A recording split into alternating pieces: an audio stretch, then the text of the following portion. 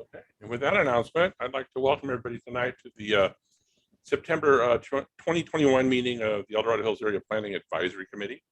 I'm the committee chair this year, John Davey.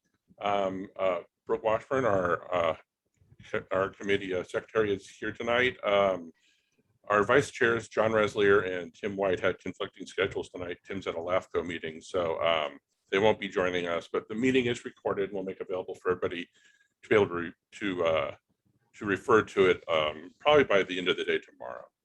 And so with that, I'm going to go ahead and jump over. We have some things we normally do to begin our meetings. Here we go. So we're going to call the meeting to order, and we're going to adopt our meeting agenda. And if there's no objections from APAC members, seeing none, we'll adopt this agenda. Our agenda is a little different tonight in format. Typically, we have Supervisor Heidel present to give us some supervisor updates from the county.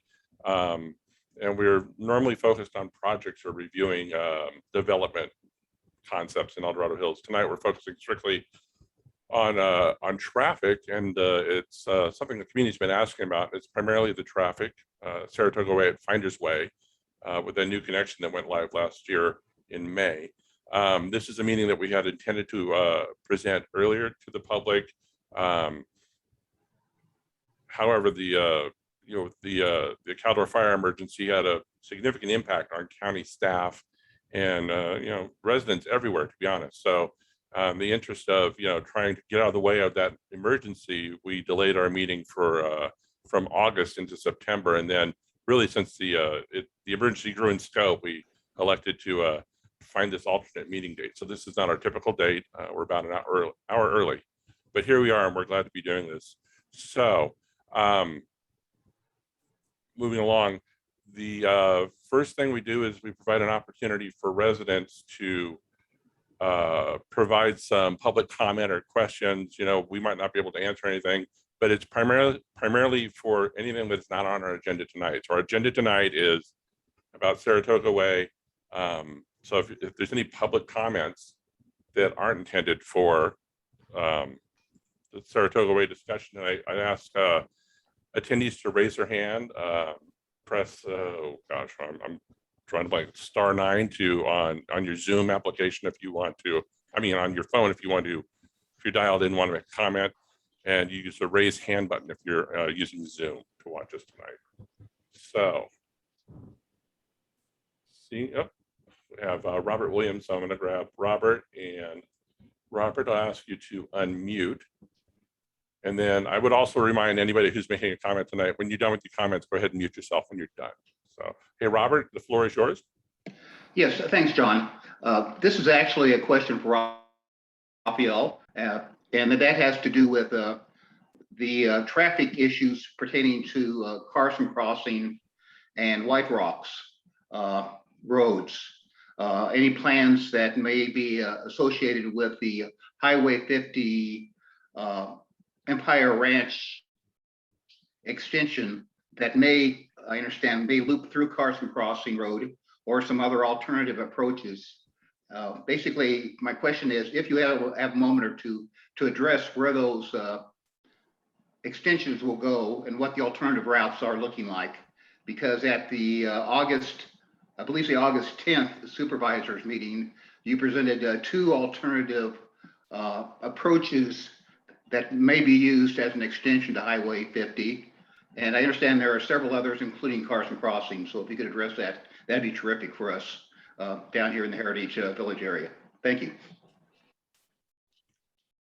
And Raphael or anybody on your team, if you are able to address that tonight, we'd love to hear about it. Otherwise, if you want to let us know that we can get back and maybe have a sort of an off session answer. But this is something that's on our agenda. If you're prepared to address a little bit, we'd love to hear about it.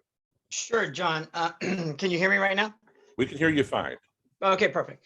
I could address it really quickly, and to answer Robert's question just with a brief answer. It's yes, we do have 5 alignments that are being looked at. They're all conceptual right now. None of them are set in stone. Obviously, once we start moving forward, closer to a, a, um, a selection of which the final alignment will be, we would be going into more of a town hall meetings, presenting it to this committee as well as others in the region to give a brief description, because I don't have the exhibits with me.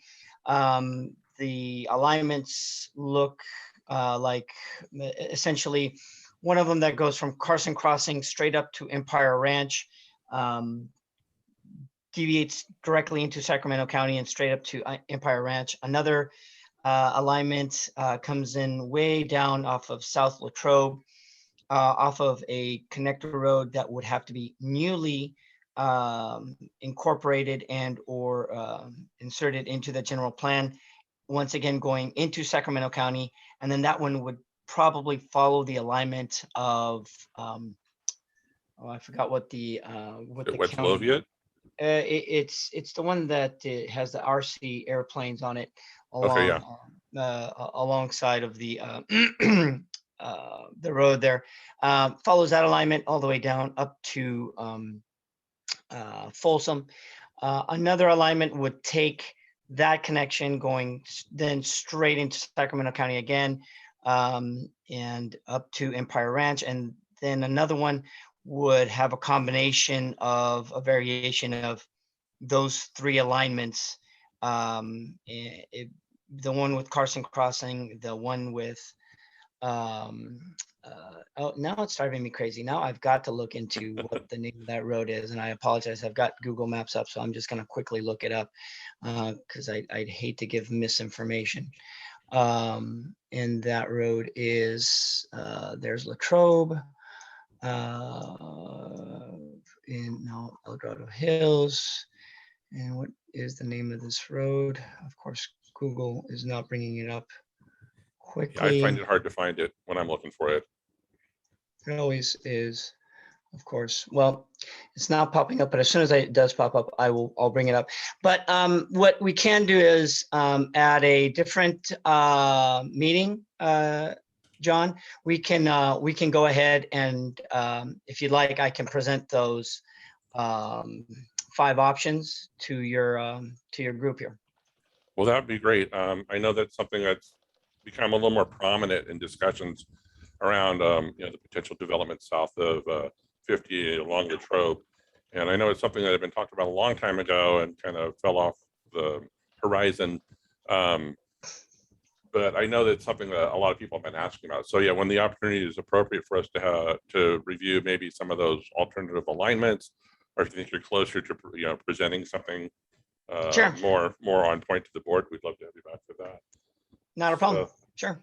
Awesome. So the next hand up is Vicky, and I'm going to ask you to, there we go, ask you to unmute. And if you have a question that's not on the agenda for Saratoga tonight, please ask your question. Okay, I think I missed that part. I wanted to see, will there be another opportunity to ask questions after the presentation? Yeah, we're going to open up for discussion as soon as we get into the presentation of what's in front of us, and any questions that are appropriate to the subject regarding Saratoga, we'd love to hear them. Okay, then I will hold off until then. Thank you. Awesome. So with that, I don't see other hands up. So moving forward, our agenda tonight's a little different, as I mentioned. We're really having a discussion. We have guest speakers from the County Transportation Department. We just heard from Director Rafael Martinez. We also have Deputy Director Brian Mullins with us tonight, and the Traffic Superintendent Darrell Brown. And so my opening remarks are simply is that this is a discussion we had talked about having after there was a traffic study back in April, and I want to say in the April-May timeline, Supervisor Heidel recommended that, hey, if it's an appropriate discussion to have at APAC, let's see if we can do that. And the earliest opportunity we had was in August.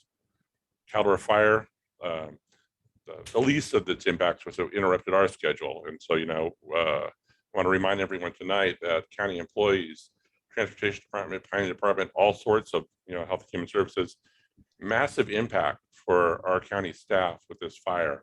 It's a crisis that's ongoing in terms of, parts of the fire may be out, but there's still significant impact. and there's a lot of recovery work ahead of us in the county. So I want to begin tonight by reminding everyone, our transportation staff is here tonight. It's a courtesy to us, and we're hoping to have a really productive, friendly discussion. We might not agree about everything, and we might have questions about timing and about some of the solutions that are in the capital improvement program, but we want to be respectful of everyone tonight and allow questions, and we want to express our gratitude to county staff for being here. And so with that, I would go ahead and ask Brooke, did you have anything you wanted to start with tonight? And if you wanted to go ahead and share a screen, let me make sure I have it set up for you. That would be great. Okay, so you should be ready now.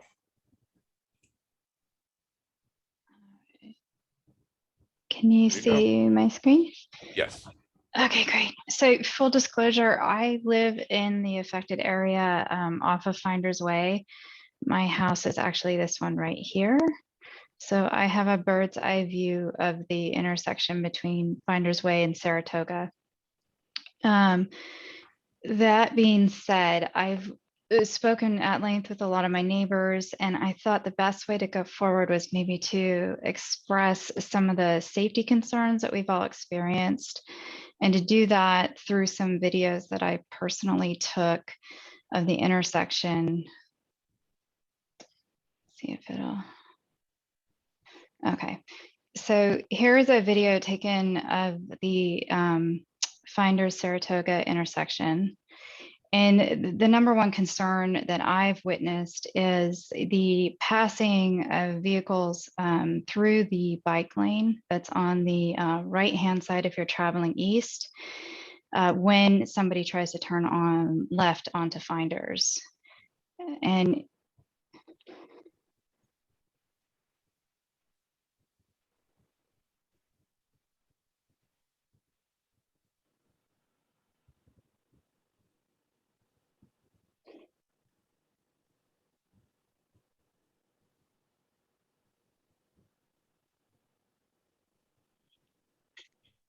so that's a perfect example. And I was taking this video at off-peak hours. During peak hours, it's far more egregious.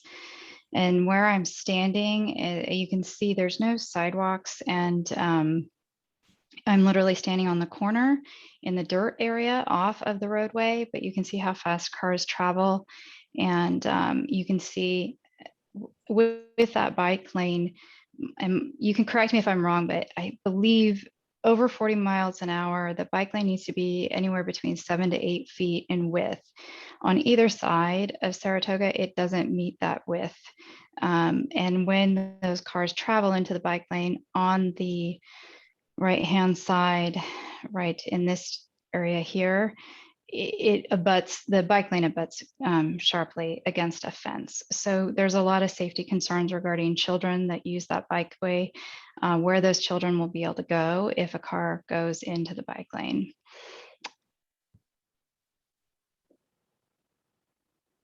Oops, let's see here. The next video has to do with the school bus. The school bus travels down Finders Way. It's their point of ingress and egress, but it's also within 200 yards of the drop-off. And when we were there today, you could actually see, oh no. That one might not work, but you could see the school bus coming down the road. And then this is also another example of a car passing illegally into the bike lane.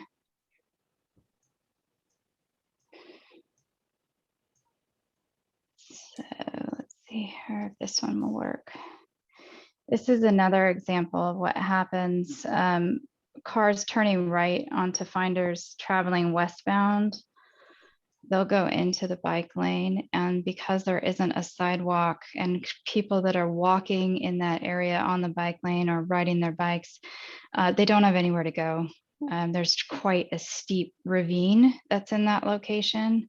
So again, it creates a very dangerous condition. And then this is an example of the backup that we have with just one car turning left. And again, this is off-peak hours.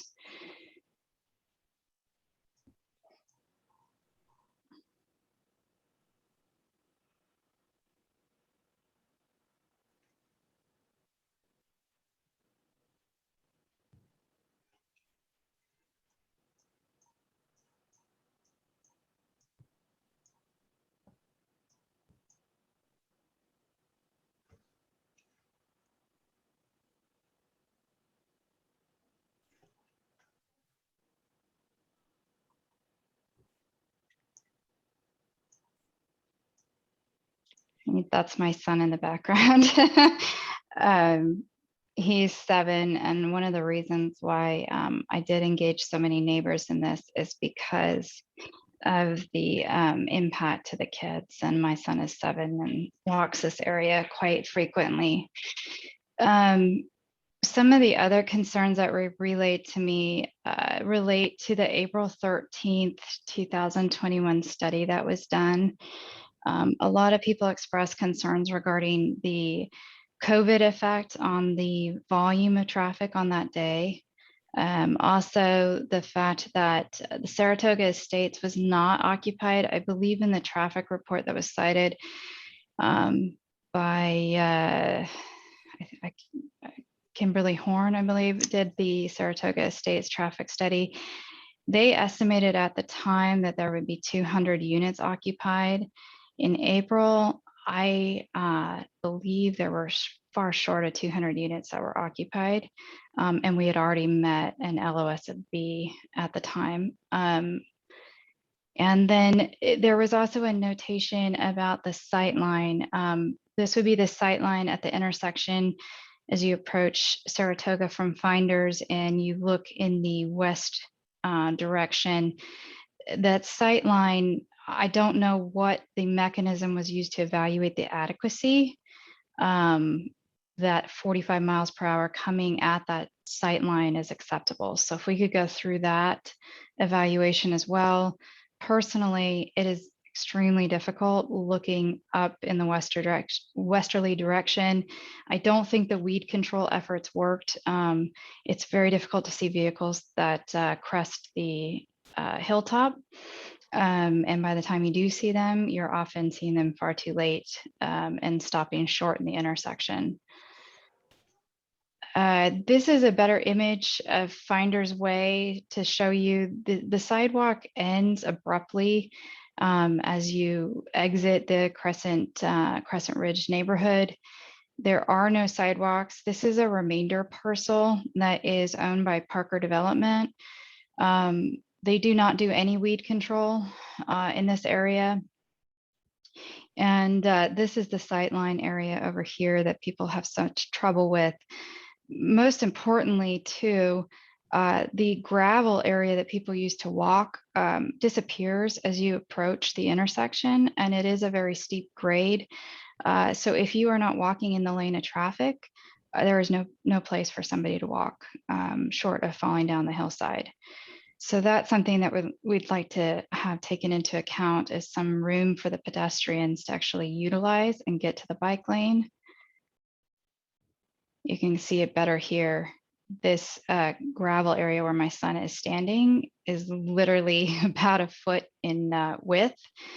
And if cars are making the right-hand turn, unfortunately, the video that you didn't see was the bus making the turn. Every car that turns right in the west direction at this intersection actually has to take up part of the bike lane. And so measuring the width of the lane itself, it appears to be pretty narrow, and that large vehicles often cross the white line. So that is another concern. And then this last area here is what I was talking about as far as people not having anywhere to go. And then there is a steep ravine here for those people that try to walk in the dirt or get pushed into the dirt from vehicles traveling west on Saratoga. There also are absolutely no crosswalks on Finders or Saratoga. I know that's probably by design, but there are concerns with so many kids using this as a routine pathway to school. The elementary school is Brooks Elementary. There's also the Little League field that is there, that is well used. And then you have the neighborhood park.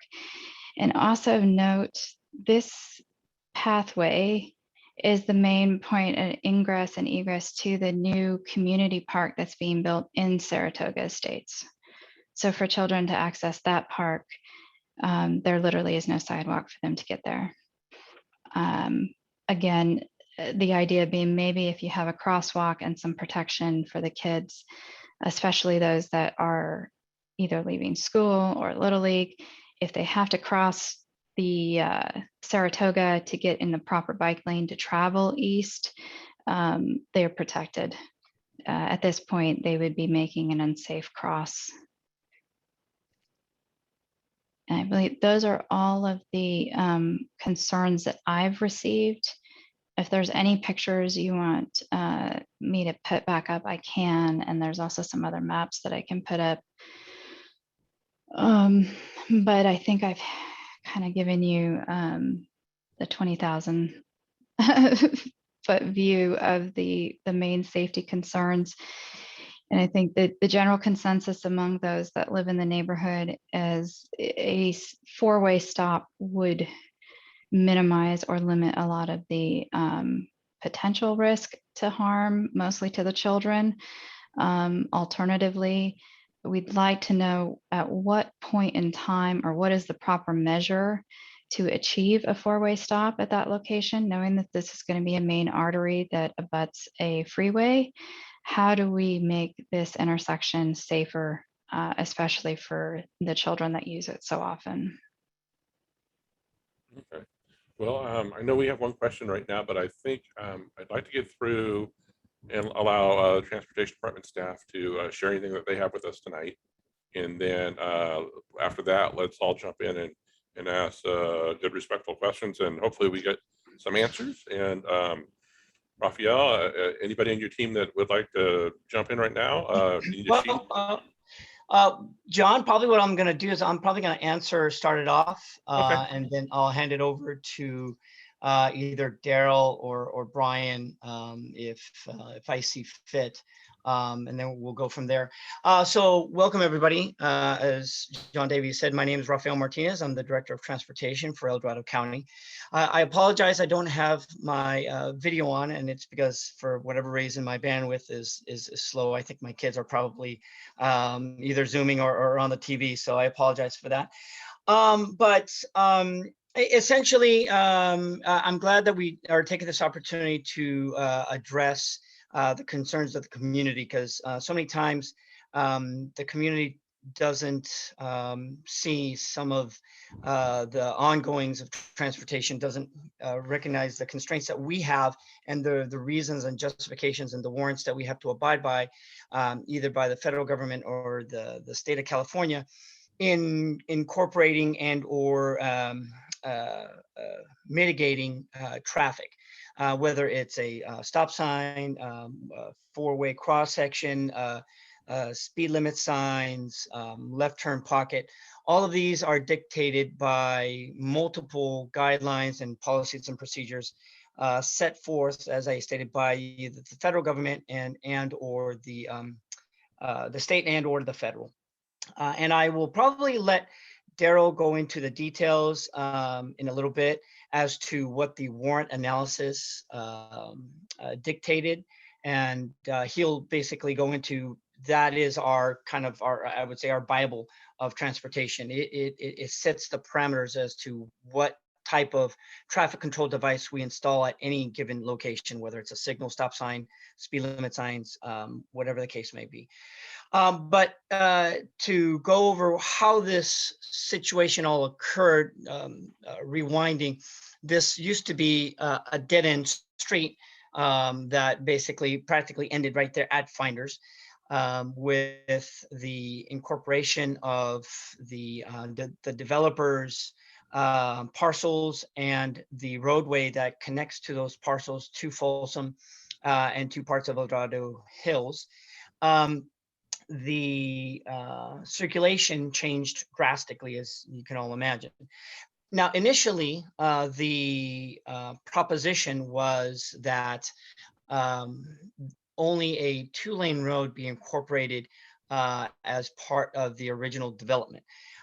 In a way, that might have been a better situation in this aspect, because anybody wanting to make a left turn would have to stop and not try to deviate around someone trying to make a left turn.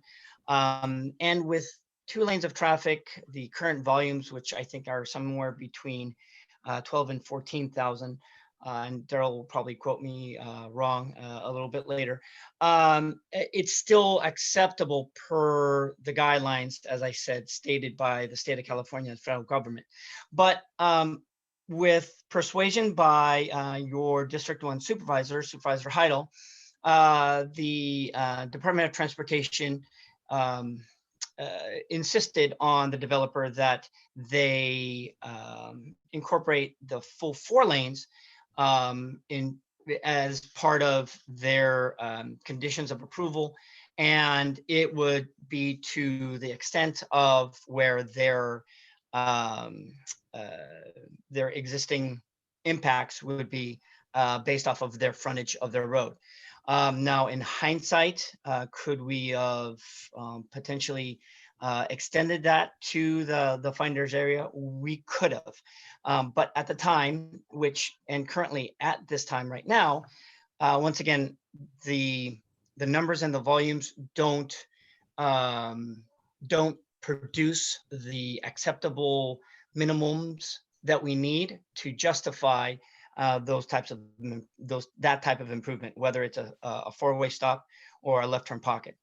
The 4 lanes that was constructed by the developer is paid by what is called developer impact fees. So a developer, any development that comes into El Dorado County has to pay a certain amount of money toward those fees that are used for capital improvement projects throughout the county.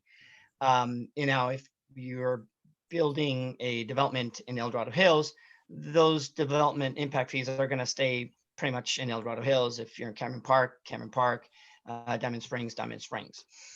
So the developer impact fees that we had for this area was going to deplete the fund balance that we had in the region for a significant amount of time, because we did widen out to 4 lanes. So that is part of the issue that we have, is we are always trying to have a crystal ball to determine what is going to be our impacts in any given area that are going to rise to the level that we have to make improvements on. So let's say, for the example, El Dorado Hills area, right now, the intersection that is rising up to into our radar based off of current state and federal standards is the intersection of Saratoga and El Dorado Hills Boulevard. The volumes have increased, similar to Saratoga and Finders, but because of the volume that's on El Dorado Hills Boulevard, it creates for more congestion and more delays, and then would go contrary to our general plan. But the problem is, we actually can't build that right now or within the foreseeable future. And I'm saying foreseeable future, which is within the next 5 years, because right now we don't have enough funds to build that.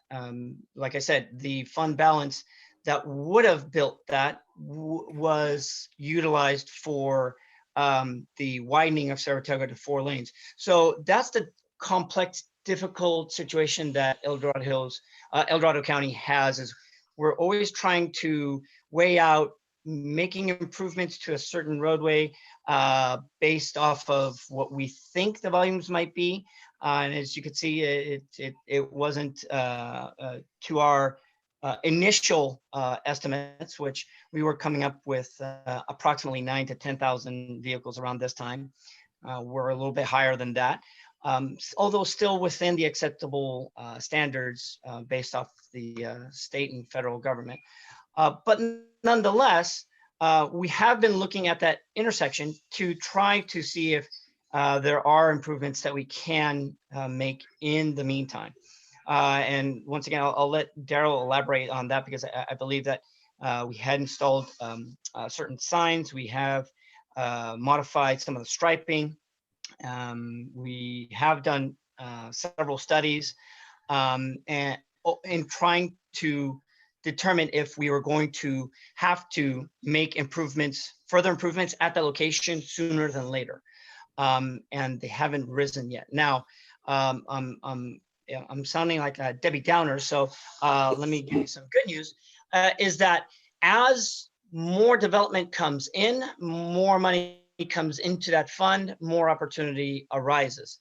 As well as if a development comes in directly to the east of Finders, we can condition those developments to make improvements at that location. So for a case, an example, we have had a actually not similar, actually worse case scenario. Green Valley and Locke is an intersection that has higher volumes, higher speeds, very similar to this location where there have been complaints from a lot of the residents, and there is no left turn pocket, there is no stop signs, and because we placed it in our capital improvement project program, a development that is coming in now to the east of there has agreed to mitigate that location as part of their development. So the good news is that we are keeping a very close eye on this location. We are aware that to the residents that are at this location, this is a huge impact, because to them, there was there. And so all of a sudden to have 12,000 vehicles, traveling at 45 miles per hour. Yes, I agree with Brooke. That is a huge impact. Unfortunately, compared to a lot of the other intersections that we have in the county, and literally there's so many, I don't think I can name them all in an hour, but Motherlode has 3 off the top of my head. I think on Holiday Ridge, Buckeye, Green Valley, I know has Locke, Malcolm Dixon, and I'm sure Daryl can probably spew out several more, where we have the same, if not more, volume and speeds, and yet unfortunately we have to pick a barometer or a benchmark that is going to be fair to all the residents in our county, not just in El Dorado Hills or in Cameron Park or in Shingle Springs or in Diamond Springs. It has to be fair across the board.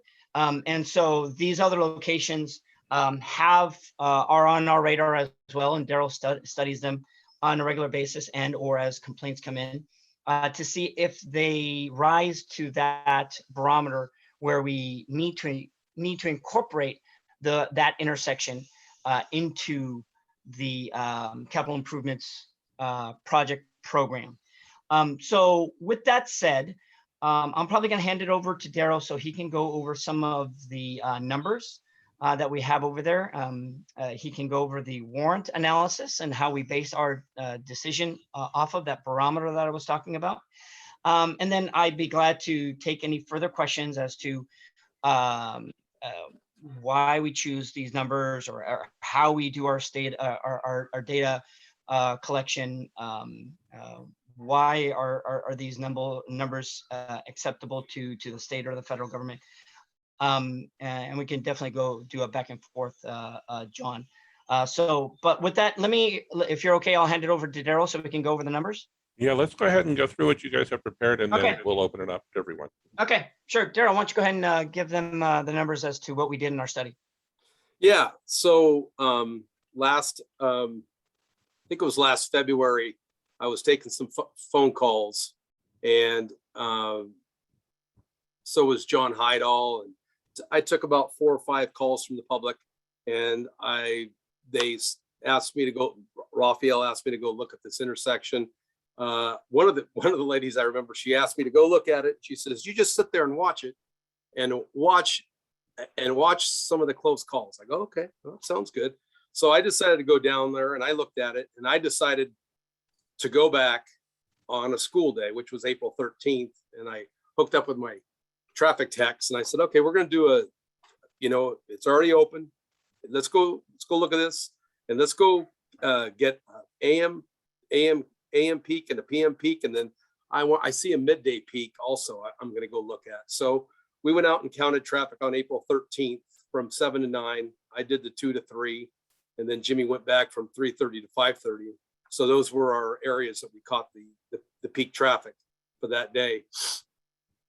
And then also I just have some overall ADT that, for example, yes, Raphael was right that Saratoga Way, the traffic volume currently is anywhere from 12,000 to 14,000 vehicles a day. Just depends what day it is. Then Finders Way has approximately 1,500 vehicles a day.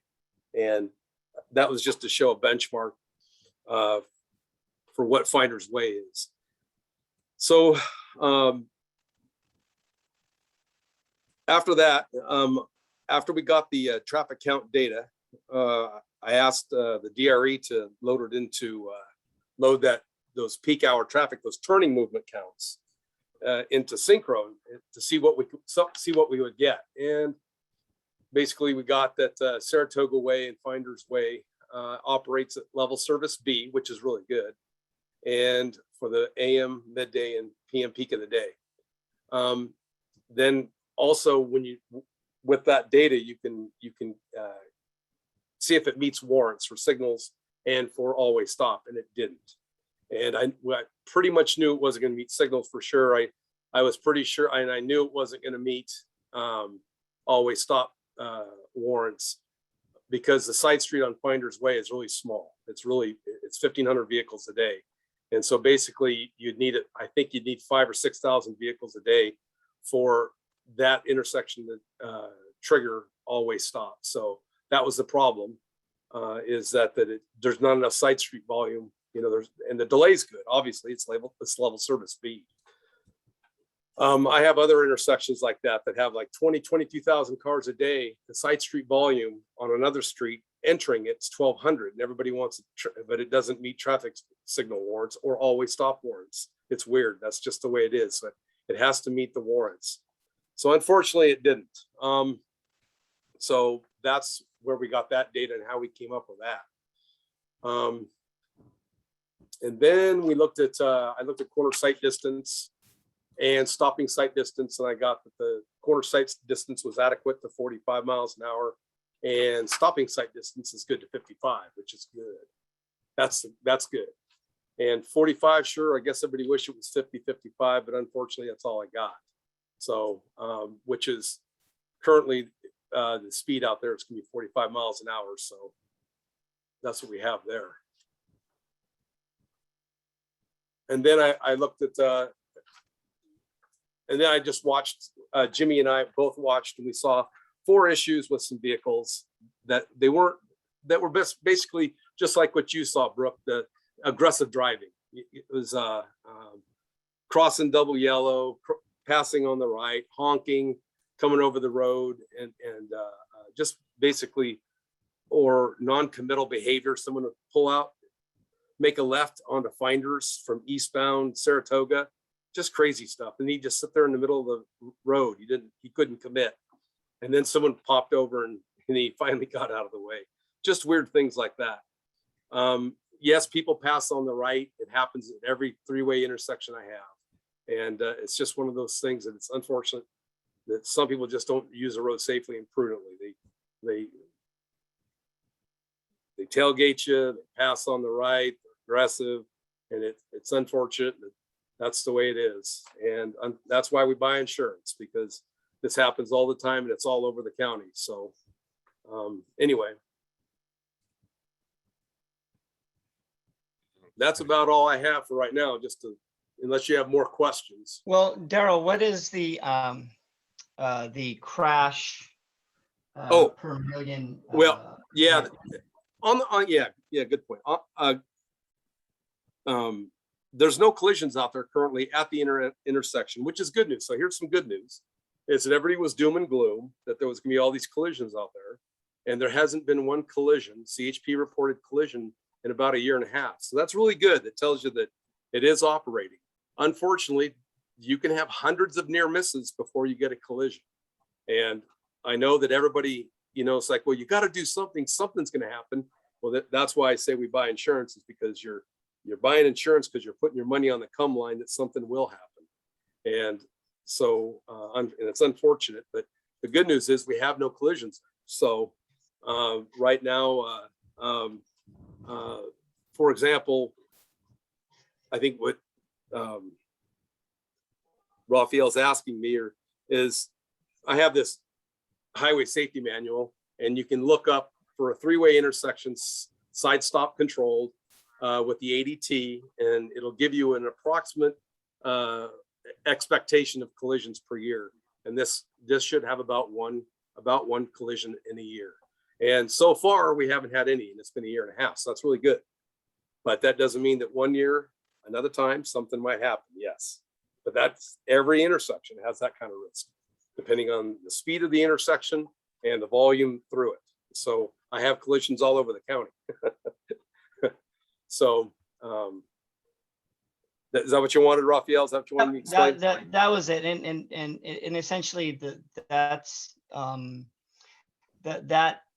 the barometer that we have to base our decision making. And it is unfortunate, as Daryl said, a lot of my residents complain to me and say, it's, how can you tell me that, we need an accident for you to do something? And we always hope and pray that there isn't one. And we design the roads per the standards for the state or the federal government, that we hope no accidents will occur. But unfortunately, unless there is some kind of unforeseen force that is not per our trained eye that is causing more accidents out there, locations such as this shouldn't produce a high number of accidents. And as Daryl stated, so far it hasn't met that criteria, and we're very fortunate for that, because typically new intersections like this, new accidents occur frequently because it's a new installation and people aren't used to it. So the first year we typically have a lot of accidents at a location, and this one we don't. Whereas Mother Lode and Green Valley and Locke, I can tell you we've had, I think over the course of the last 5 years, I think we've had like about 7 accidents. And that's an intersection that's been there for many, many years. And then Daryl spoke about the Warren analysis. And once again, that's the barometer that we use for the state of California to determine when we install always stops. And if John, at this point, you want to open it up to before you go on, because Sure. I think there's just some clarity that we need to go through. The qualifications that you're using, I believe you're citing to the California Manual on Uniform Traffic Control Devices. Yes, that is true. Correct. And you're using section 2B07 multi-way stop applications. Daryl, I don't know. Yeah. Okay. So looking at that section, the minimum volumes would be 300 vehicles per hour on the major street, which was met. Then the combined vehicle, pedestrian, and bicycle volume would be at least on average 200 units per hour at the same 8 hours, which it looks like we're 100 short at 1,500 a day as opposed to 1,600. Is that really where it fails? Is that second prong? Because if you go to the third prong, it says if the vehicle traffic is over 40 miles per hour, then you only have to meet 70% of the values that are provided in items 1 and 2. So how does it not meet those qualifications?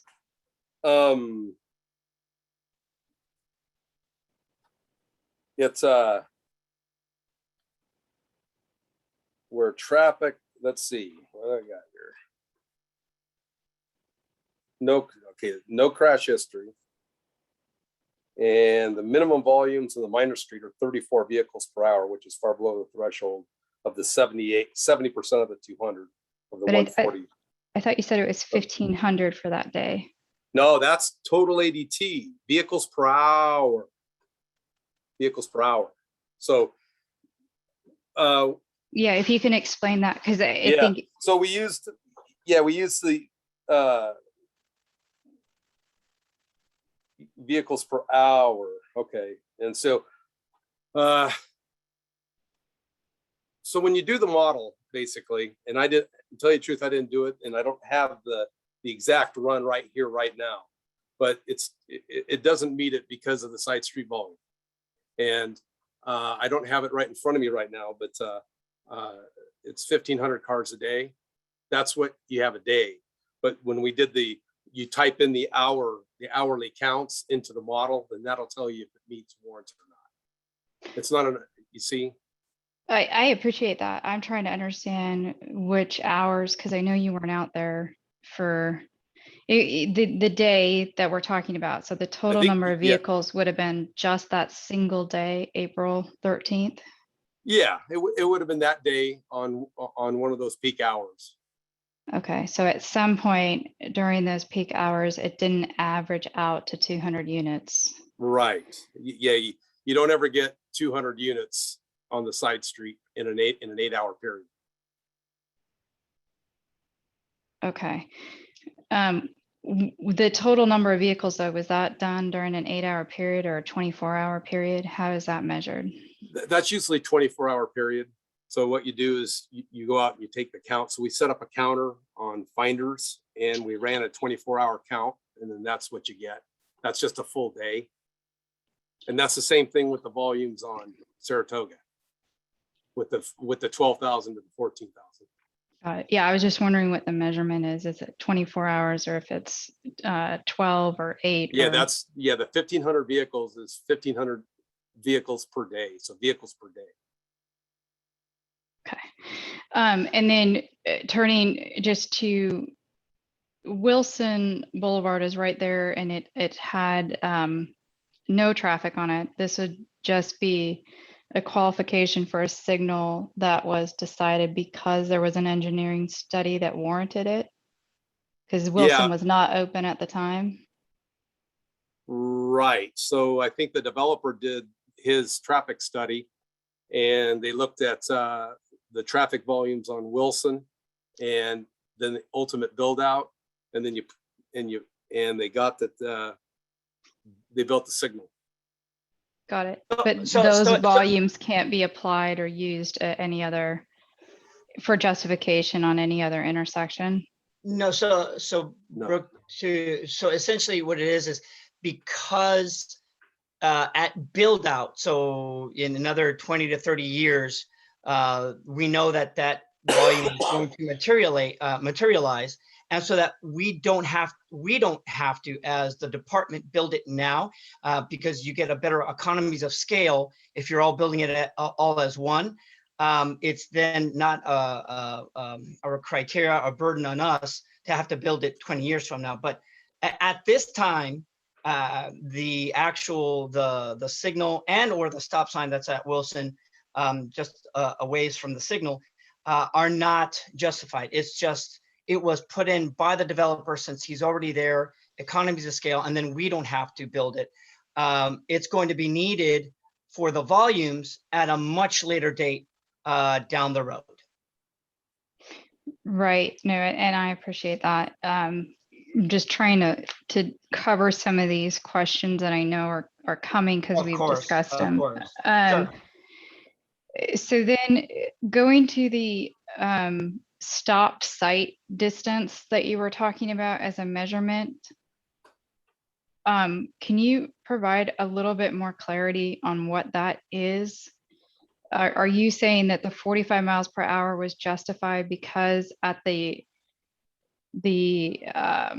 intersection, even though the sight line is partially or somewhat impaired, it still allows you to have a 45 mile per hour speed limit? It wasn't clear what are you using to gauge the speed limit over the top of the hill where the sight line is impaired? Okay, so do you want corner sight distance and stopping sight distance, or do you want how you figure out speeds? Speed zones are set up by basically they're set up by the public. We measure the public and then we get a number. We use the 85th percentile speed. Okay. I know what the general concern is that is a significant grade that impairs the vision. And by the time somebody's coming over the crest over 40 miles per hour, I think the standards that was in my slide, you need something close to 300 to 350 feet to come to a complete stop. And it just, the distance wise, it's not there. So by the time somebody crests and comes down at that speed and has to brake for somebody stopped at Finders to turn, I think that's the main concern. And that's where so many potential collisions occur. And then I know you use the comparison of the left-hand pocket not being there at lock, but lock doesn't have those visual impairments. You're not coming off of a steep grade. So that's generally the concern that's been raised by a lot of people. And I've experienced it myself. If you have a heavy vehicle coming down that grade that doesn't see somebody stop below it at that side angle, there isn't enough room to stop, is essentially the problem at that speed limit. So you're talking traveling on eastbound on Saratoga. Yeah. And you come over the hill and then you come down toward Finders. And then if you have a car in front of you, correct?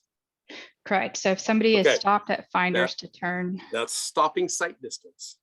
Okay. And I measured that to being good to 55 miles an hour. And how do you measure that? Basically, I put a cone out where the car would be stopped. I put a cone out in the middle of the road, and then I drive, and then I have a measuring wheel or a measuring device in my vehicle, and then right when I can see the vehicle, I see the cone, which acts as the vehicle, I hit start, and then I measure the distance all the way down to the vehicle. Then at the cone, I get that distance. And then I was good to 55 miles an hour, which is about 525 feet, if I remember correctly, for stopping sight distance. So that's what I did. And I measured that 2 or 3 times and I pretty much got the same number. Okay, but I guess, what are you measuring it against? What is adequate for that speed limit? What distance do you need? There again, I think I don't have the Caltrans highway design manual with me, but I think it's about 10 miles an hour per so if it's 500 feet, it's about 50 miles an hour. So 55 miles an hour would be about 525 or 550 foot of sight distance. Okay. Yeah. So then I took that number I wrote down, and then I go to the chart in the highway design manual, and I look it up, and I compare it to, and I go, it's okay. It's good to 55 miles an hour.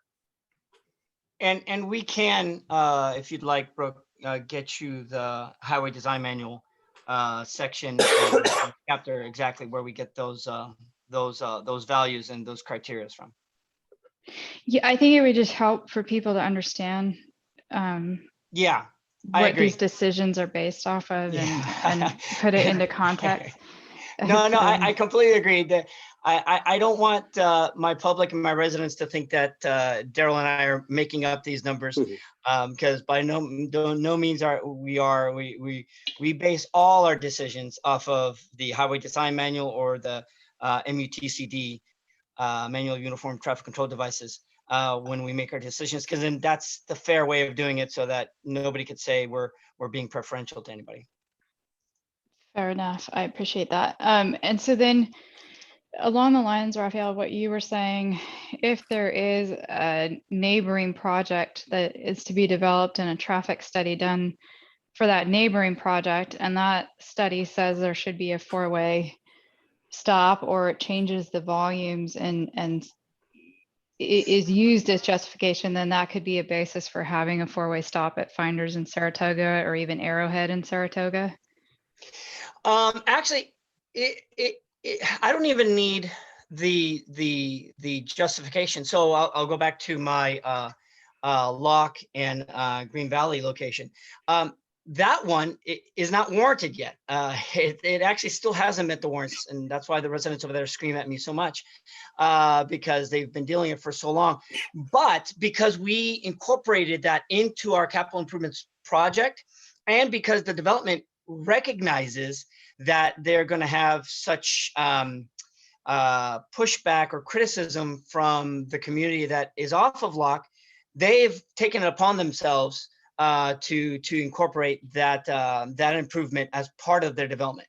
And so then the development, actually the property that is just to the east, has mentioned that they are interested in potentially going for an entitlement, going into the entitlement process. And you can bet that I'm going to be letting them know, hey, by the way, you should seriously consider making this location, whether it meets the criteria or not, you should incorporate this into your mitigation program or mitigation project for improvements as part of your development. Okay. Yeah, I have a feeling something will be done relatively soon because of the load that you were describing on Saratoga and El Dorado Hills Boulevard, especially knowing that they are going to be proposing that Park be the direct feeder for the Parker development that's supposed to go where the old golf course is. I can imagine yeah, okay.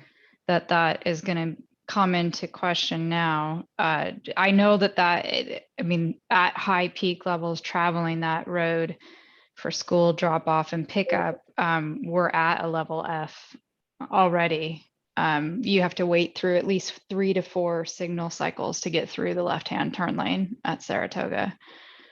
So I can't imagine how do we address that factor now that we are hitting volumes that are well above what was anticipated? And thank you for asking that, because I know that there are a lot of residents that have basically brought that to our attention. And like I said, we have already got that one on our radar. We are already making planning. We're already in the planning stages for what that's going to look like. But furthermore, we're already talking to Parker Development and informing them that if they are going to think about bringing up a development in that old golf course, that they're going to have to find a more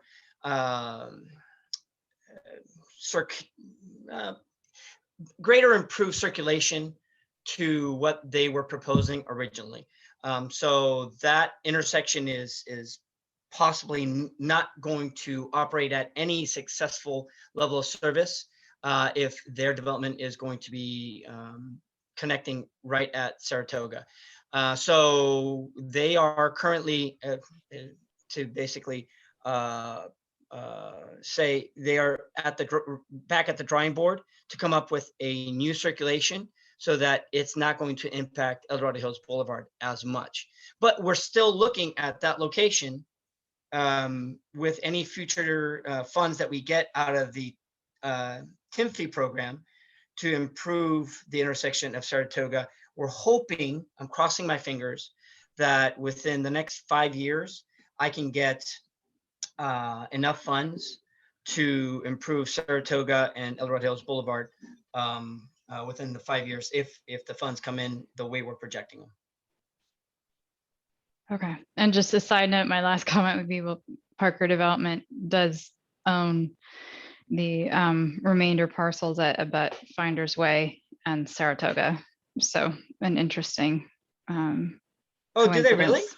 Yeah. I did not know that because I heard that it was potentially going to be some kind of retail or commercial. So I didn't think it was them, but you probably know better than I do. Yeah, no, they own it, and Oh, wow. Well, so- don't never go. It'd be interesting who they decide to hand it off to. I'm sure it's not, they're not, because they're typically into the retail, the residential market. So I'd be interested to see who does acquire that. definitely. Okay, well, I'll pass it along. Thank you for answering those questions. Sure. I'm looking right now. Chrissy's had her hand up for a while. So Chrissy, if you go ahead and unmute yourself, or you are unmuted, just go ahead and. I just did it. Fast Perfect. fingers. I have a couple questions. They're kind of pronged and they kind of lead into some other things. And I know that one of them has kind of been answered, but I didn't like the answer, so I'm going to ask it again. I was curious what the speed limit between Walgreens and I guess right past Finders Way was. I've driven it a few times and I know it starts out at 25 over by Walgreens. And then when you make that turn, it doesn't really matter what the speed limit is. It's pedal to the metal. And I don't know if, I feel like we have a large speeding issue in El Dorado Hills. And I guess my question is, when does speed monitoring, speed mitigation come into play? And I ask this question because in my back pocket is the whole Costco EDH 52, Oak Meadow, and the speeding that goes on in front of Oak Meadow. When does DOT or when do these developments have to step in and try to mitigate speed and aggressive drivers, as someone referred to them, versus following these charts and laws and regulations? My other question was just about, I think Mr. Martinez had mentioned that in hindsight, you could have asked the developer to extend it to the 4 lanes past Finders Way, but that's in hindsight. And I'm just curious how much neighbor insight is taken into these projects when the environmental reports the draft is out there. Because I know that neighbors frequently already can foresee these issues being issues. And when does DOT take it upon themselves to kind of foreshadow and ask developers to add in these certain mitigations? And then my last question was just about sidewalks. I know that sidewalks were a concern for Brooke and her neighbors. What is the deal with sidewalks? What warrants a sidewalk? Because again, I feel like a lot of these developers come in, they put in a simple track of sidewalk right in front of their development, and then it just ends and doesn't connect to anything. That's it. Thank you.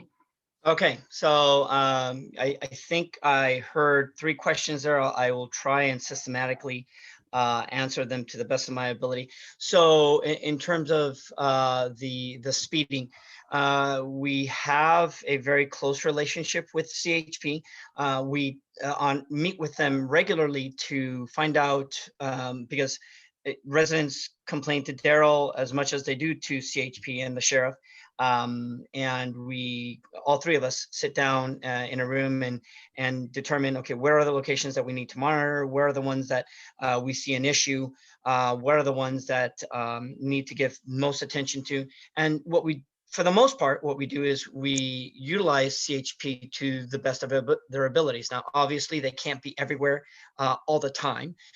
And so then we look at other aspects. Okay, is there a line of sight issue? Is there, like you said, a straightaway issue that we need to mitigate? And unless there's something that jumps out at us that is blaringly a geometric or engineering flaw, we can't do much until further development comes into the area, because what incorporates a lot of the speeding is a lot of the residents realizing that there is vacant land there in between, multiple intersections. And so then they know, well, no one's going to get in front of me anytime soon. So I've got free range. So what we try to do is we try to incorporate, bike lanes so that we narrow the roads. Now CHP is starting to incorporate radar trailers that they can notify residents that, hey, you're speeding in an area that we're going to be patrolling, and so then it gets them alerted towards it.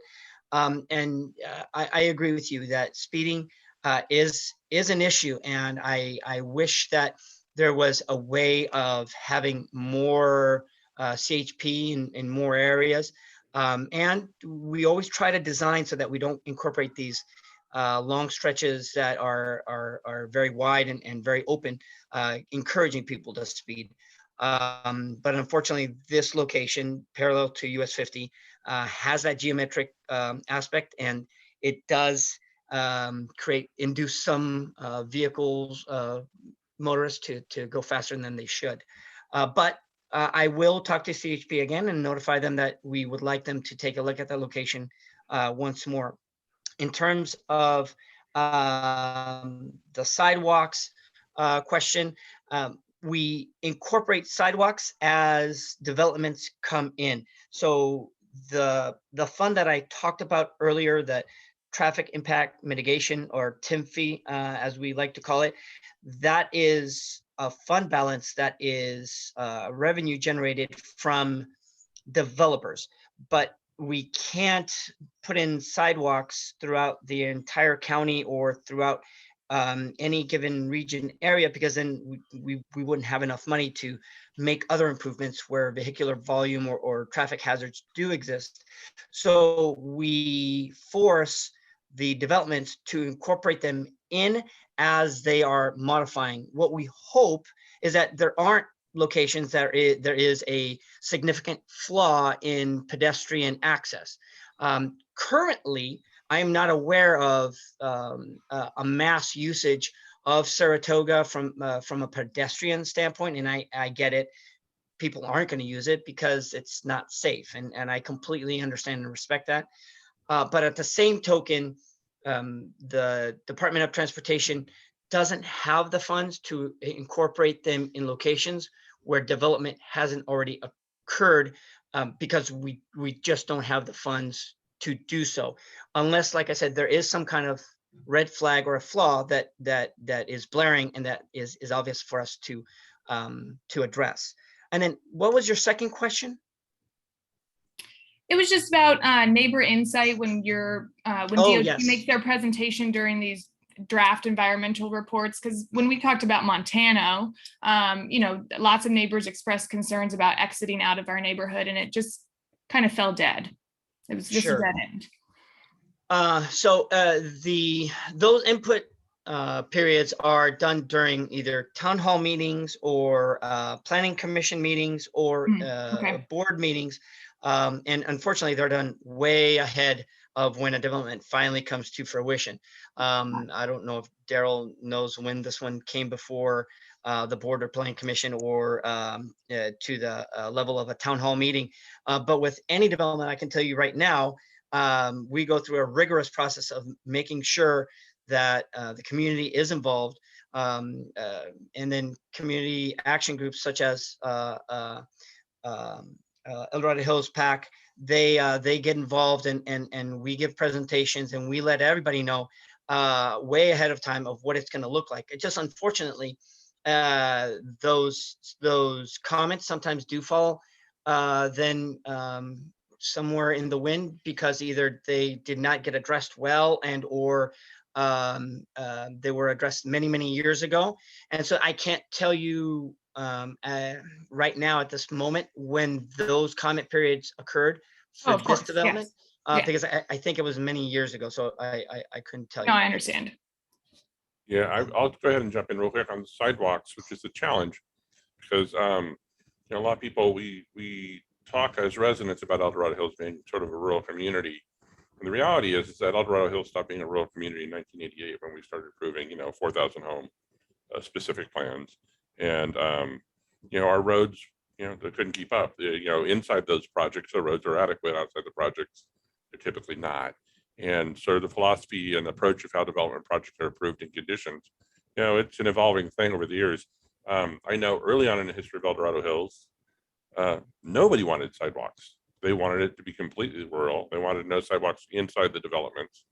The village I live in, we built this house in 1995, and sidewalks were not a consideration. There's a right of way for sidewalks. I think it's a 10-foot right of way on every property, but after the road's in, nobody's coming back to pay for a sidewalk to go in. We're gonna have to rip up, gutters and curbs and things like that. So it's unfortunate, and there are a lot of missing segments of connectivity that I know the El Dorado Hills CSD is approaching their park projects, looking to see how they can add, paths, pedestrian paths, or even bicycle paths to sort of connect some of the missing links. So, but as Raphael said, most of the time it's the development that comes in, and they either want to put the sidewalk in, or it's a condition of approval, but they typically can't do the sidewalks off site of the project. So it's a tough thing it's a big obstacle. I think that we have a big enough challenge for the roads. I would love to be able to incorporate some of these sidewalk solutions, but it's like I'm not walking down from 1,300 feet. I'm not walking down to 700 feet to go to town center, which is 5 miles away. But there are neighbors that are close to it that maybe sidewalks are the appropriate thing, like over in Chrissy's area. Those retail and job opportunity job centers, they're close enough that sidewalks make sense. So as Raphael said, I think it's a missed opportunity in past development. Hopefully we're keeping our eye on that as we move forward.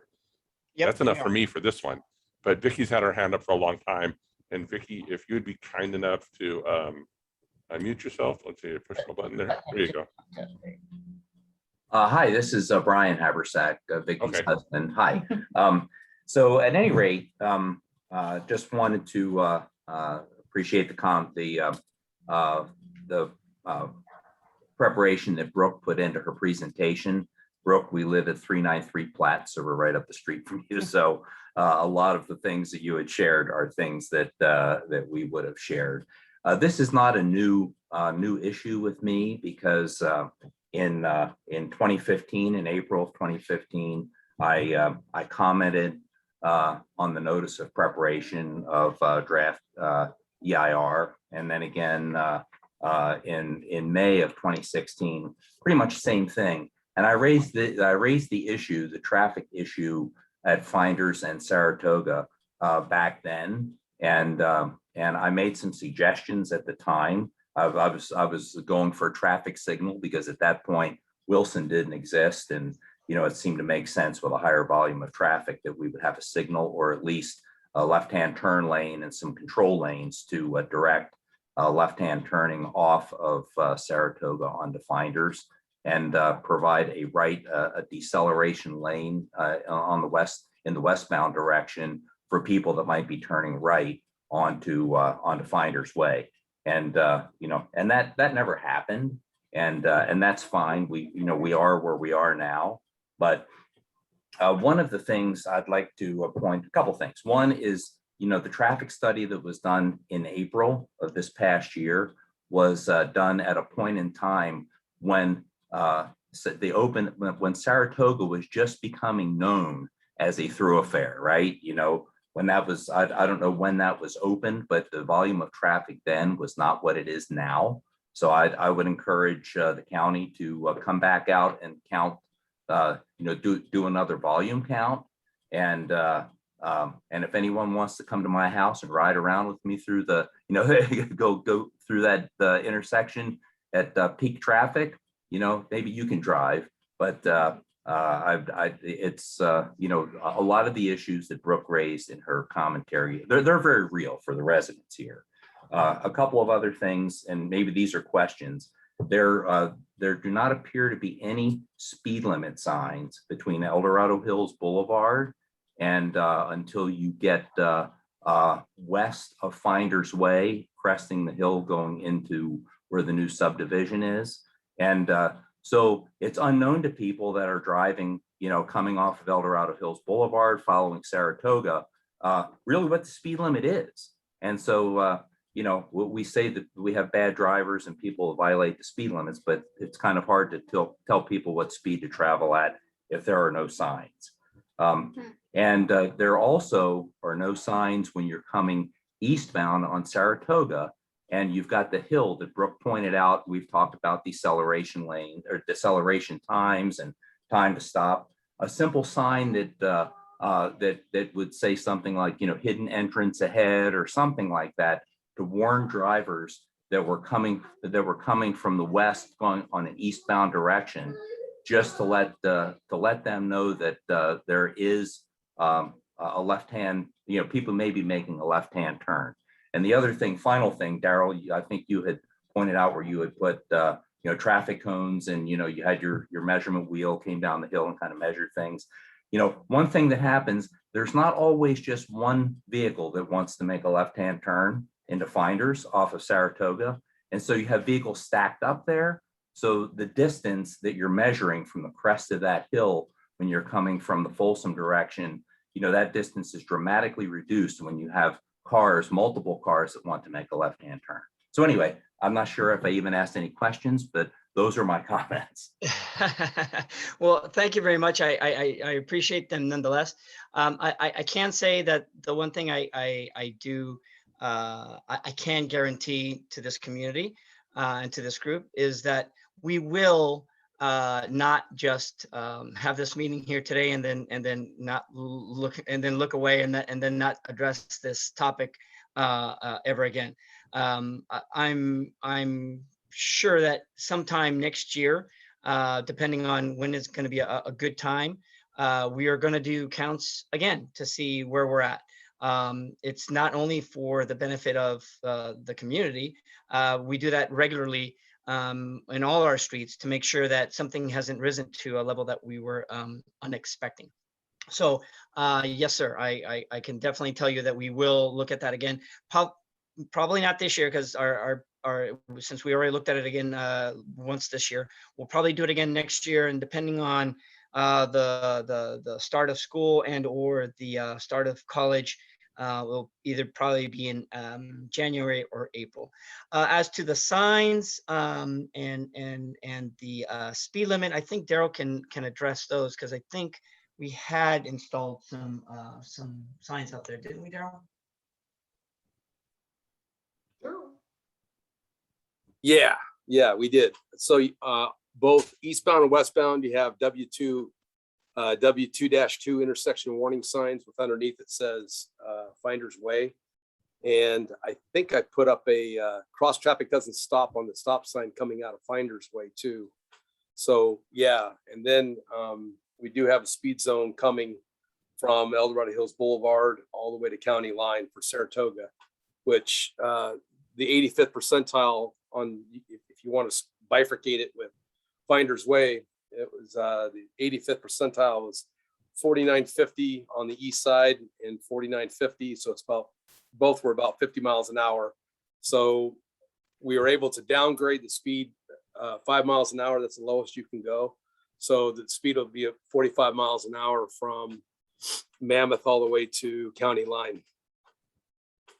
And when are those signs going up? Are we taking them to TAC soon, or? Yeah, we're going to take them to TAC because we're going to do the whole stretch in one. Oh, okay, got it. Yeah, so I think Michael just finished the report, so we'll take it to TAC here real soon. I'm sorry, and just to explain that to the community, that's Traffic Advisory Committee. That's where we take all our speed limits, our stop signs, red curbs, yellow line, everything having to do traffic-oriented aspects. This is where we sit down with CHP, Caltrans, Sheriff, and we make our determinations as to what the traffic control measures are going to be in the county. And we do this about twice a year. And sounds like Daryl, when's our next TAC? Probably going to be early December, my best guess right now. Okay, so it sounds like for those of you who are interested, if you go to the county's website and you go to the Department of Transportation, you'll find there the link for the TAC. If you go to the maintenance section, and it'll inform you where, when and where and how to log on via Zoom to attend the TAC and obviously give input, because to me that's very important to have community input, as much of it as possible, so that we can address some of these issues that, yeah, sometimes I'll admit I don't always catch, and my staff always don't catch. Although I think we're much better at it than they were 10, 15 years ago. But still, nonetheless, we don't always catch. All right, John. So, yeah, and if you want to provide us notification, if there's I'll keep my eye on the TAC on that list, and if we'll share it on the APAC website. When we Oh, see- perfect. Yeah. So we want to go to Larry now, and Larry, I'm going to ask you to unmute. Okay. Hello, can you There hear you me? go. I'm Juanita Brand, Larry's wife. Okay. I live at 423 Platt Circle, so thank you, Brooke. You did an excellent job. I have two questions. The first is about the intersection on Wilson and Ottawa that the developer put in, which is a three-way stop. Wilson stops, Ottawa stops. There are no houses on Ottawa. And so are you saying because we live in older houses, we can't have a three-way stop just put in? Someone can just decide to put it in a new development, but we can't do that? And then the second question is, you've said that you hope to improve the intersection at El Dorado Hills Boulevard and Saratoga, which to me, that means there will be even more traffic on Saratoga Way at Finders. That's one concern. On the other side, we attended a Zoom meeting from Folsom a month or two ago, where Folsom is looking at putting in a roundabout at Saratoga at Empire Ranch that will lead to a ramp onto 50, which to me will also increase the traffic on Saratoga Way by Finders. When we asked the Folsom hired engineers about that, they said they don't care about the traffic in El Dorado County. So is it on your radar that that's going to happen within the next 5 years? Because that's what they're planning. And then what happens to our traffic? Thank you. Thank you, Juanita. That actually is another concern or another question that a lot of the residents have had, is how come that there is the stop sign, always stop at Wilson and Ottawa. And the reason being is that we as the department didn't want to have to expend our funds to put that in at this moment. And so at some point, the justification for that location is that pedestrian access at that location will warrant the need for always stops at that location. So the Department of Transportation said, okay, you have to put that in now so that we don't have to expend the $5,000 or $10,000 that it takes to put in an always stop at that location. Now that's probably not going to happen for another 10 to 15 years, depending on how quickly the developer puts in all those homes. But if you can imagine, within 10 to 15 years, costs increase. So then it would cost us more to put in those improvements now. So we just told the developer, go ahead and put those in now. We do that a lot with developers, where if they have to put in a signal in 20 years from now, we tell them, go ahead and put it in now. Or if they have to put in stop signs in 15 to 20 years, we tell them to put it in now. And so then that's the justification why you see those stop signs there. The reason why it hasn't gone in on Finders yet is because it hasn't met the volumes yet, the number of vehicular traffic on Finders. So if the number of vehicular traffic on Finders was, let's say, I'd say about somewhere between 7,000 and 8,000 vehicles, then yes, an always stop would probably meet the warrant analysis without a problem. But it doesn't meet the warrant analysis at this moment with the 1,500 vehicles. And to answer your question regarding the interchange at Empire Ranch, we do foresee that at some point the traffic volumes will increase to where there will be improvements needed at Finders. But because it hasn't met that threshold now, we just haven't built it because we don't have the funds at this moment now. So we build the improvements as the need arises. And like I said, I've got countless number of other locations that have already met those thresholds, yet we still haven't been able to make the improvements because we don't have the funds. Now at this location, as I told Brooke, we are fortunate that there are developers adjacent that will be building or improving those empty lots, and we will mitigate them. And that's the good news. And I hope the takeaway that everyone has from this meeting is that those improvements will mitigate the location of Finders and Saratoga moving forward. It's just now we don't meet the threshold, and so we can't implement those improvements at this time. Now, as the first caller said, why don't you do new counts? If we do new counts, and let's say in January or April, let's say the number of vehicular volume goes up to, let's say, 18,000 or 20,000, it could potentially trigger that threshold. At that point, I go to the Board of Supervisors and I say, hey, guess what? This one meets the list. We then put it in our CIP, and then we start making plans to raising the money for it.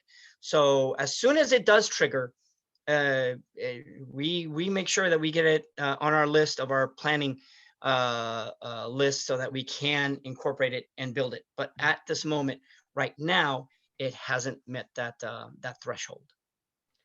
Thank you. And how much does a stop sign cost? I mean, can we take the neighborhood donation campaign to put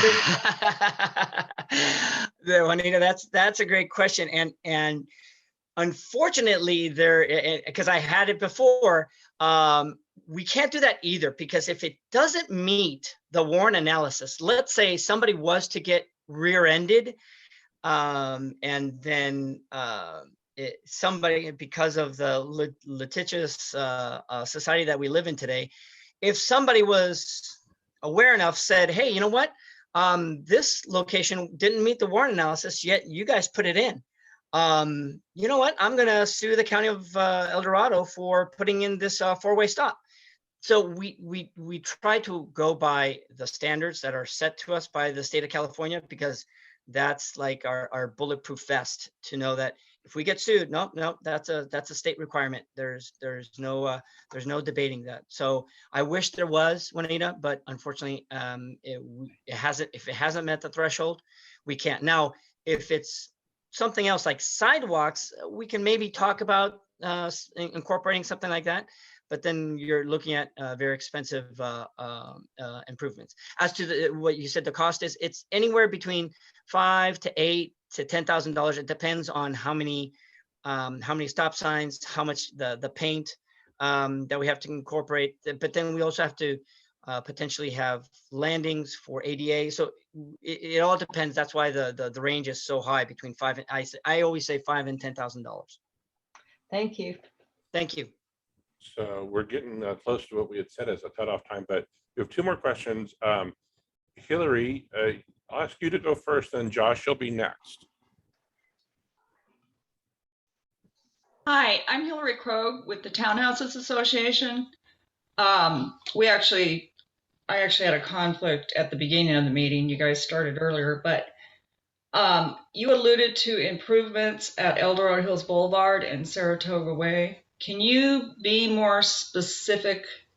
Sometimes when DOT says improvements, it means pushing back people in our neighborhood to improve a faster speed for different roadways, pushing the residents backwards, and we have to go more into the neighborhood to get out. So can you be more specific on what improvements you're looking at the intersection of El Dorado Hills Boulevard and Saratoga Way?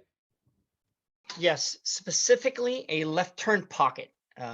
Now, obviously, if the developer is going to be making improvements We'll probably continue the four-way, the 4-lane configuration that there is present, which is the ultimate build out. So you would be looking at a 4-lane roadway with sidewalks and with a left turn pocket, so that people have basically a location for them to go into, so they're not feeling that, you know, they're barreling down their rear end when they're making a left turn in into Finders. I'm talking about at, I don't know what, or you mean you're talking about Finders, a left turn pocket at Finders. That's what you're saying? Okay. Yes. Okay, but I'm talking about where El Dorado Hills, where you turn in from El Dorado Hills Boulevard to Saratoga Way. Oh, I'm sorry. Oh, I apologize. My mind is still stuck on Finders. That's okay. I'm glad you said that too, because I was going to ask probably what you've heard, or why can't we just do a left turn lane at Finders? Okay, go ahead. Okay, so good. So that's what I was planning on Finders. In terms of Saratoga, we are looking at an additional lane going southbound on El Dorado Hills Boulevard, as well as potentially another left turn pocket. That one's a little, we're not quite sure if we're going to be able to fit that one. So I say that very hesitantly. At a minimum, we could probably extend that pocket a little bit further, so we have more people in the pocket and not in the through lanes. But at a minimum, we're looking to add an additional lane heading southbound. What that does is it increases the capacity of the intersection, giving more green time to the other directions, because now it's not taken up by all the volume headed southbound. So increasing capacity gives more green time to the other directions, therefore improving the level of service. So right now, that is what we are looking at for El Dorado Hills Boulevard and Saratoga. So you're talking about, as you're going southbound, a left turn pocket to the Rayleigh Shopping Center, or? No, to going towards Finders. So an additional left turn pocket there, but most likely it's probably going to be earlier on. We'll probably be extending that pocket. An additional left turn pocket wouldn't probably be up for, I'd say, maybe another 10 years, because we would need significant right of way to incorporate that. Okay, so what about as you're going north on El Dorado Hills Boulevard and we're trying to turn left into Saratoga Way, there's stacking from cars coming from or going northbound. That left turn, that left turn lane is not long enough. When is that going to be extended so we're not stacking cars on El Dorado Hills Boulevard to turn left into the As a matter of fact, we are potentially going to try and incorporate that maybe here within the next 5 years. And I know that to you that probably sounds so far away, but from a construction and a municipality perspective, 5 years is actually relatively soon. But we are considering within the next 5 years to extend that left turn pocket as part of an interchange improvement that we're potentially doing within 5 years. So we're 5 years maybe doing that left pocket, extending it. Okay. Right. Well, thanks, Hillary. Those were good questions. I know that I actually can anecdotal observations that I got stuck northbound turning onto Saratoga. It was 5 light cycles for me. So, and that was maybe a couple weeks ago, but that's just one observation. Josh is up next. And Josh, if you would go ahead and unmute, you can go ahead and make your comment.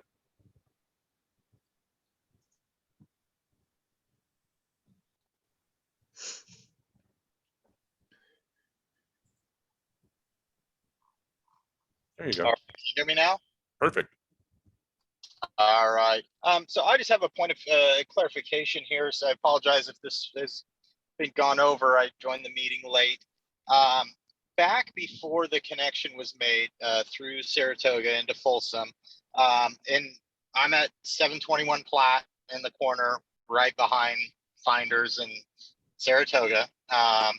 And to be completely blunt with you, when this connection was announced, we received the paperwork and the construction was happening, my wife and I seriously considered selling the house and moving elsewhere. Given some of the information that we had at the time, we chose to stay there. So I just want everybody to understand that information that went out that I'm going to go over, like a point of clarification on, impacted decisions that we made, major decisions. So I'm not excited for what I'm hearing. Before this connection was made, some information was sent out from the county about the connection, and then the plan in 3 to 5 years to put a light at Finders in Saratoga with the turn lanes and extending the sidewalk path so that we had a safe path across Saratoga without having to walk to El Dorado Hills. My family and I frequently walk down to town center for breakfast or whatever that we're doing. So this sounded much more acceptable to us in the situation that we're in now, where sending the kids over to Walgreens to grab some candy is not the most ideal thing. We make sure they go to El Dorado Hills Boulevard and cross there, but there could be better ways to get around the situation that we're in. And I'm just curious what happened to that plan that was set out. And again, after the connection was made, outlined in there in 3 to 5 years was to have that light signal, were to have the left-hand turn lane coming eastbound, and then the deceleration lane to turn right into Finders. So, Josh, I wish I can give you a more clear answer. Unfortunately, I wasn't here when those comments were made. I can promise Hillary and the people listening today that when I say I'm going to incorporate the extension of the left turn pocket within 5 years, that's definitely going to happen. And I'm probably going to still be here in 5 years. So you guys can hold me to it. But I can tell you that if they mentioned the fact that they were considering putting a light there, it does boggle my mind a little bit, because the traffic volumes don't meet the levels that are the thresholds in order to meet that analysis. They barely meet that analysis in the 20-year at Wilson and Saratoga. So I'm surprised that they would have done such a I don't want to say ill-gotten, made such an ill-gotten comment just to get approval of a project. But maybe somebody was misspeaking or didn't understand how traffic works. But unfortunately, the only way we can make applications for stop signs and or is based on volume. Yeah, it sounds like you were. And I understand that. I just want to clarify, this was a mailing that went out of information. So this had a diagram on it. This had all the information about what was going to happen. And it was a mailing that went out to the residents. I wish I still had it. But with all the other stuff I get, if it's not a bill, it gets thrown out after I read it. But that's what concerns me. It sounds like, it was planned. This is something that was going to happen. Oh, I wish you could too. I apologize.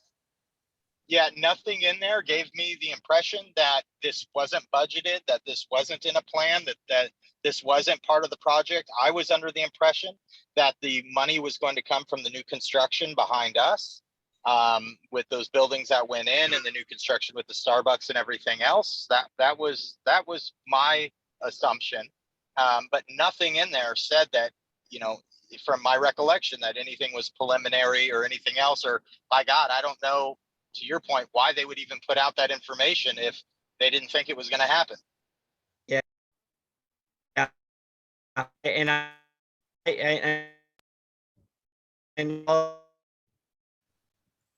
apologize for the speaking of I don't see how it could have been legitimate, so I apologize.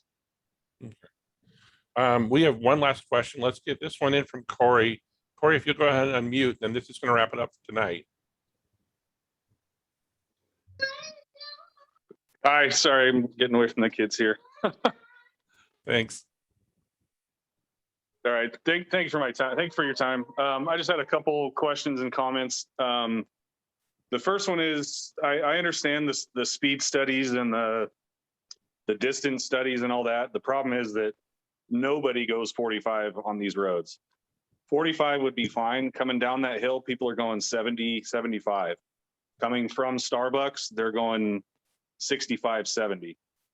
So to base the study on 45 miles an hour sounds great, but the reality of it is they're not going 45. So I don't know if we can, you guys mentioned CHP and all that, some speed, radar signs that tells people how fast they're going, maybe would be a good idea.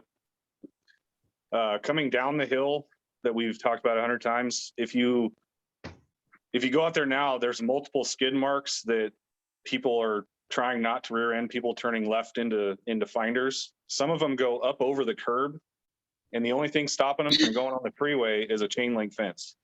One of these cars is going to eventually go onto the freeway coming off finders. You can already see it. The skid marks are there. The comment that was made about the insurance, that's why we have insurance.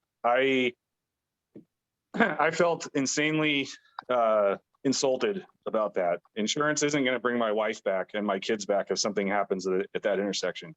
I know it's dramatic, but that's how most of us feel in this neighborhood, that something bad is going to happen in that intersection, and it's going to be life-changing. Insurance isn't going to help me in that scenario. My last thing is the study that was done in April. That was help me out. That was coming out of finders and into finders and also along Saratoga. Yes. Okay, so my wife and my kids stopped leaving the neighborhood in March due to COVID. How many people stopped leaving the neighborhood due to COVID and stay-at-home orders and all that in March that are now going into the office, that are now leaving to go to the grocery store, they're leaving to go to movies, they're leaving to go to baseball games. There's more traffic now than there was in April of 2020. So to base our studies based on April of 2020, to me, is the data isn't accurate compared to what it is today. So I don't know how much a study is to see put your speed things down or your counters down, but there's got to be more cars than there was in April of 2020. Does that make sense? Oh no, that makes total sense. And I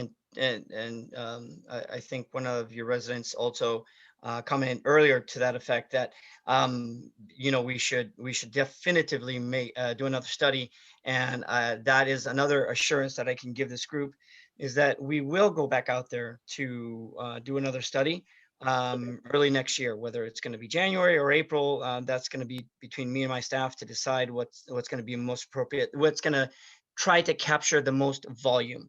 By all means, we want to try to capture the most volume, because we would be doing our residents an injustice if we didn't do that. So by all means, we will be doing another one next year. And just so you know, we typically don't do analysis of intersections on a yearly basis. We do them every other year at most. On average, we do them about maybe once every 5 years, depending on, have there been drastic changes. But we recognize that this is, a shock to the community in terms of, one day you have no volume coming out of Saratoga, and next day you have, 12,000 vehicles coming out of Saratoga. So I completely understand that, and I can justify having to authorize another study for early next year. As to the comment regarding the insurance, I think what my staff was trying to justify was the fact that even with some of our most safest locations where we do have crosswalks at all avenues, where we have signalized intersections, and we have protected left turns, we still have accidents.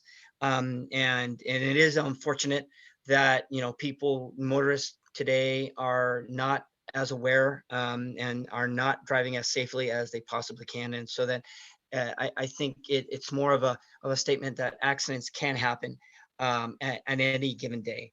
And so then definitely we will be looking at this location again. If the volumes do increase to where they reach closer the Warren analysis, I will definitely be reaching out to John Davey and making sure that I notify him, because then that's good news that I will be able to give to this group. So I appreciate you bringing that to our attention. And I also just want to echo what some of the other residents said earlier. I do want to commend Brooke. She did a spectacular job, I think, in giving a presentation. A lot of my residents just typically scream at me and call me an idiot and a poo-poo head and a whole bunch of other words that I don't want to mention in terms of why haven't I made an improvement here. But she brought up facts, she brought up video, and she brought up statistics, and that always is helpful to me, because then I can work with people like that, because we're all about trying to get you guys what you want, as long as it makes our numbers. And so if we're all on the same page as to what those numbers are, then it makes everybody's life easier. So I will definitely be reaching out to John Davey to get Brooks's contact information, because I do want to get her some of those reference values and sections. So like I said, we're all on the same page. And furthermore, I want Brooke to know when we're going to be going out there next. So I'll probably be reaching out to John and Brooke to let them know when we are going to be out there, what the study is going to entail, what it's going to look like, and where we go from here. And not to mention, if I do get further information regarding potential development that is going to be in the area, that I inform her as well as John Davey as well, that, hey, all right, this is our opportunity to make sure that we let everybody know what we want and what we expect to see. So I greatly appreciate this, John. Thank you very much. I think this is a great opportunity for the public to hear from me, hear from my department, which, by the way, we are located at Dorado County .gov, I think. By all means, please go to our website, go to transportation. If you have any questions, you can post them there. We also have a Facebook page, and let us know, because we're here to work for you, not work against you. And the more I can get that across to people that we're just abiding by our standards and our specifications, that we are here for you guys. So I hope that we answered as many of your questions as we could. And Actually, I have one more question, if that's all right. Got to make it real quick because we're over our time. Is there any way to accelerate these things that you're talking about, these studies, the traffic studies, the speed limit signs? Is there any way to accelerate that, just because it is, I mean, we are in COVID, there's different times. Do we really need to wait 6-8 months for these things to develop? Can we accelerate them somehow? So as for the speed limit signs, we hope, like Daryl said, we hope to bring that to the TAC in early December. And then that means we're incorporating the speed limit signs shortly thereafter. And then that means CHP is going to be enforcing it shortly thereafter as well. So that one we are going to accelerate. As to the study, I wouldn't want to do it any time soon. because now volumes are going to start fluctuating here in the fall. Really, they pick up heavy again in January and April after the Christmas break and after the spring break. So those are going to be the best opportunities for us to get the most volume. So I still believe those are going to be the best times for those. But in terms of the studies for the speed limit signs, those should be out. We're going to go to TAC in early December, hopefully have the signs up by January. So Corey, thank you for those good questions. And I wanted to revisit one thing. The traffic analysis, the study that was completed was in April of this year. And so it wasn't last year. And I do understand, there's still lingering effects of COVID in terms of, traffic patterns and volume. So those are good questions. And I think they're pointed, and I know the department realizes that as well. So I'd like to thank everybody tonight for attending the meeting. This is kind of a different meeting for us. It's typically reviewing projects, but we've heard a lot from the community about, wanting to know, some answers to these questions for this recent development with Saratoga Way. I'm going to go ahead and jump here, and we're going to close this out. Sorry, here we go.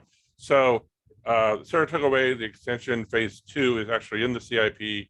As Raphael mentioned, so that when there are development projects, it's an identified need and they can start accumulating funds to provide some of these improvements. These